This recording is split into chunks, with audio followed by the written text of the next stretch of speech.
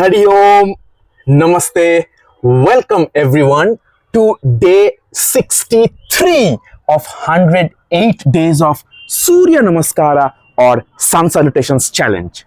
Today, as usual, we will first do our practice, the physical practice, the asana practice aligned with our pranamaya kosha. So annamaya kosha aligned with our pranamaya kosha or the energy body, the breath body, and we will complete the Surya Namaskar 12 asanas, after which we will begin our today's discussion on yoga philosophy.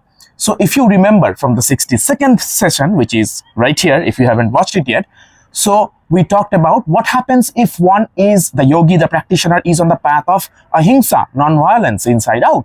Today, we will talk about the effect of the second of the 5 yamas, which is Satya.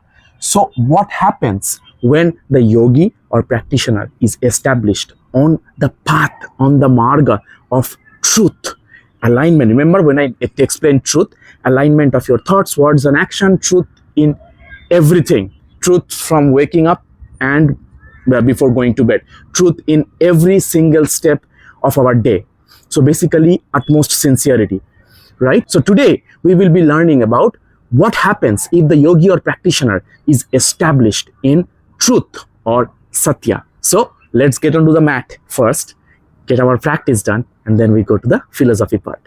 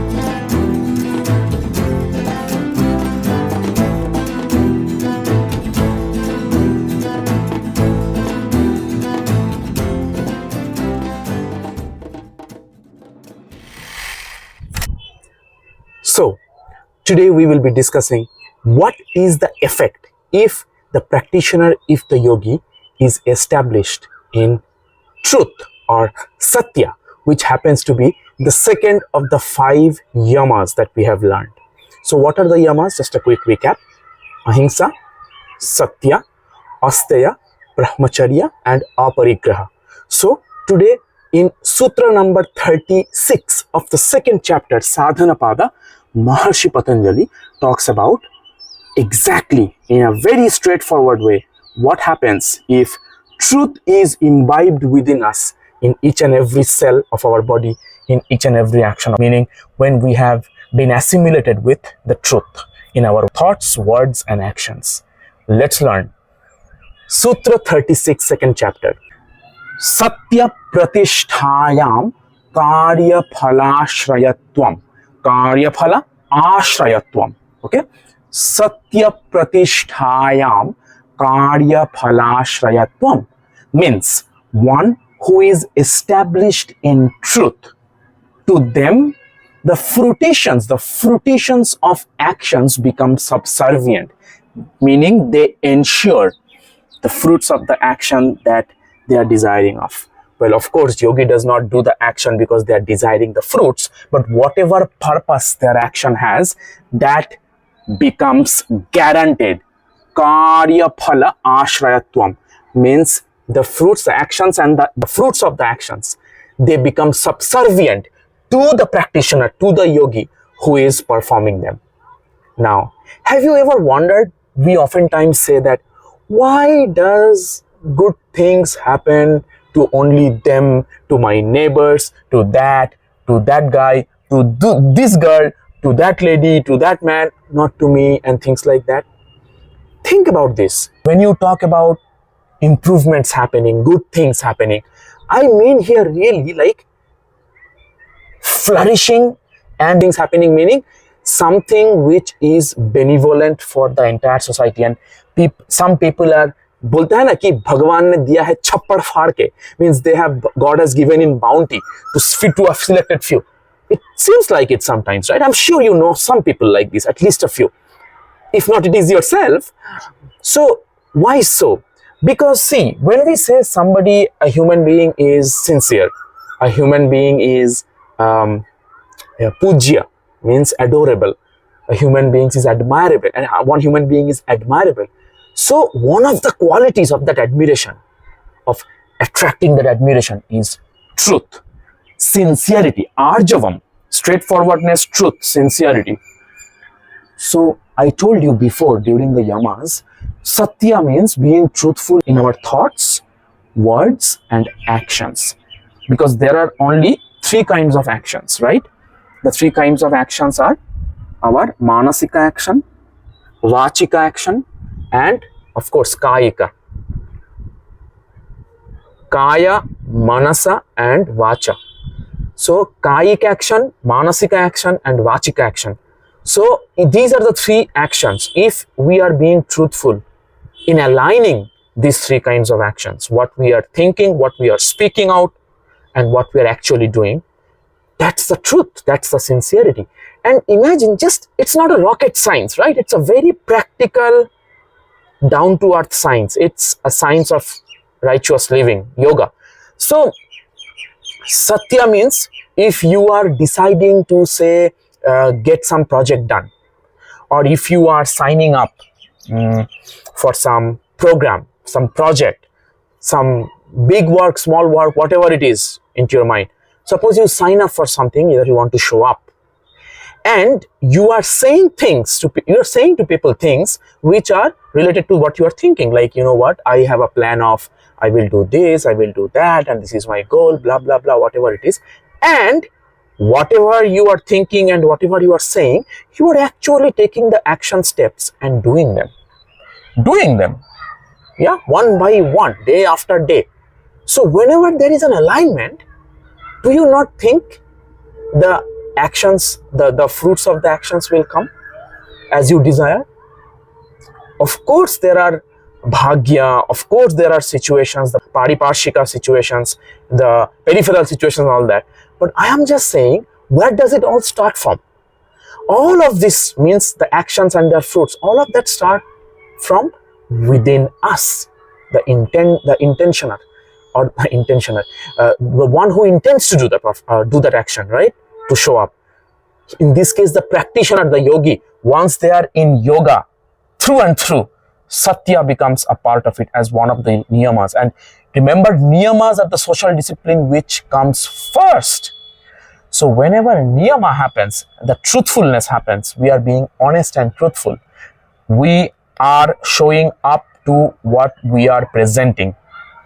Then the fruitions of the actions are guaranteed, they are ensured.